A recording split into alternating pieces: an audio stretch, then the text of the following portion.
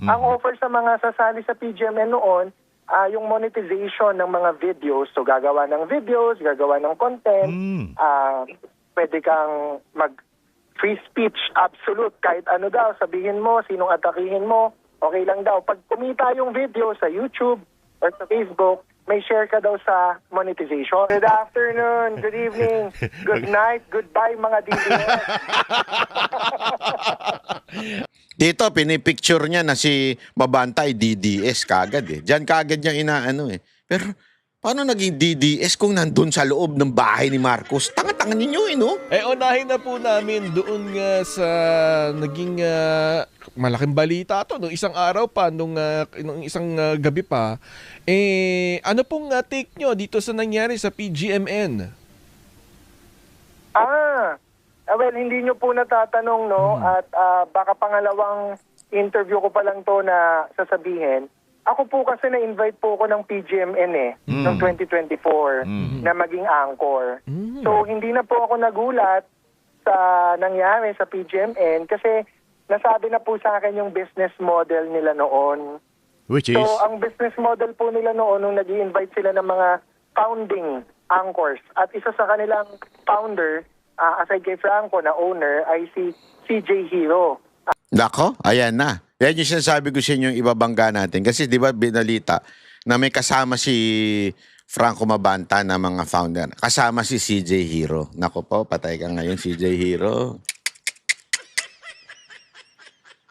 Tapos, eto, sinabi niya mismo na yun yung iniimbitahan siya na maging anchor. Sige nga. Isa siya sa mga founding anchor ng PGMN.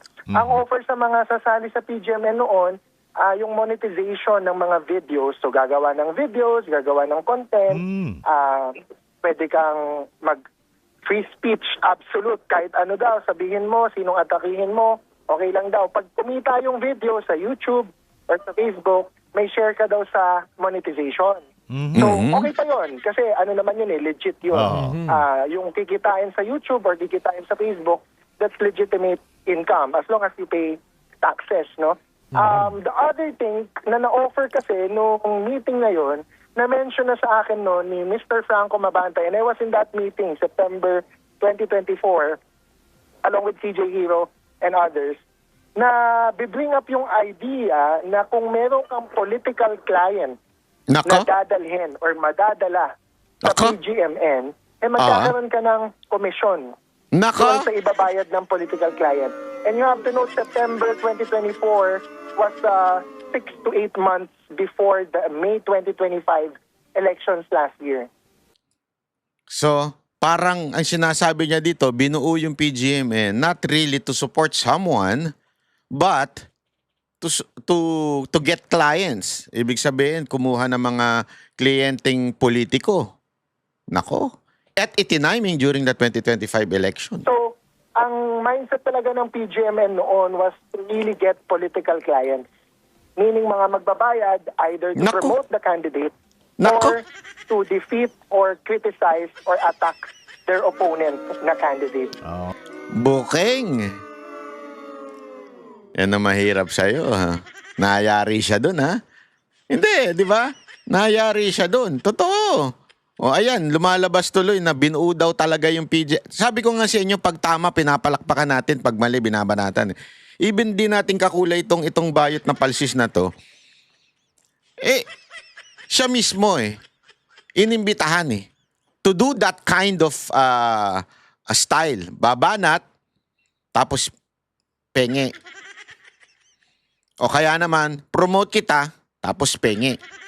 Yung tinatawag na ACDC, attack, collect, defend, collect. And pag in-investigate siya ng NBI, makikita ng NBI yan. At saka may sinasabi na si NBI Director Melvin Matibag na tinitingnan nila kung merong pang ibang kaso at hindi lang si former Speaker Martin Romualdez ang kinikikilan.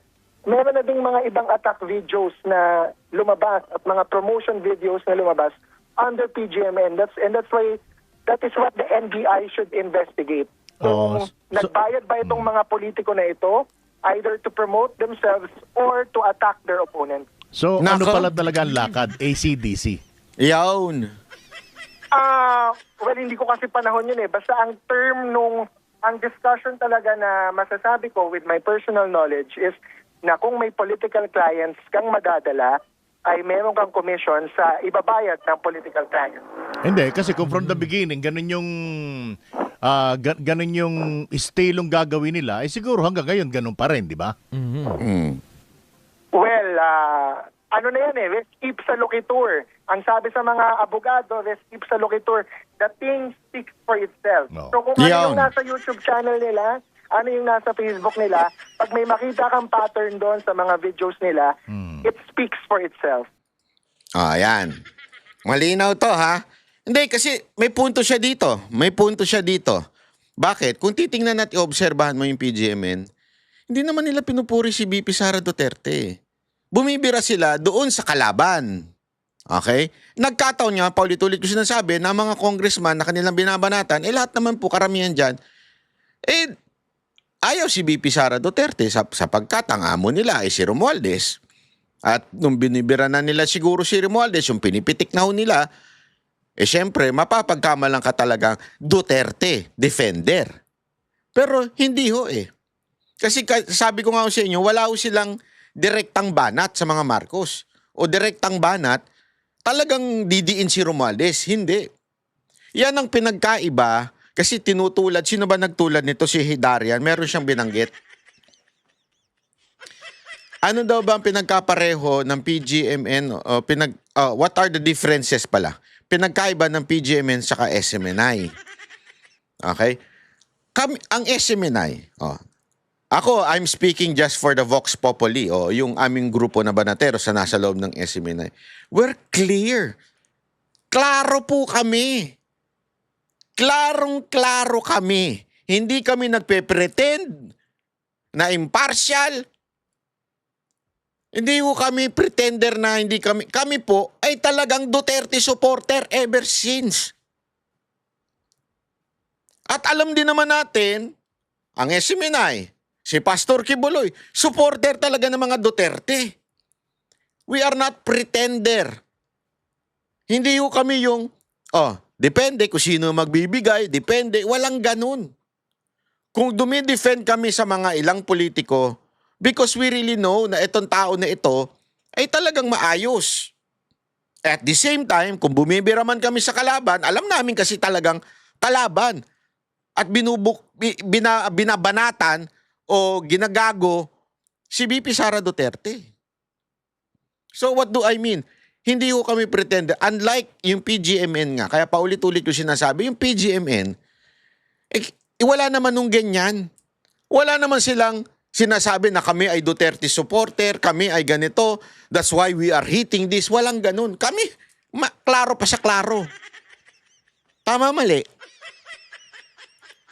Although, we are not biased in a sense that we listen to others.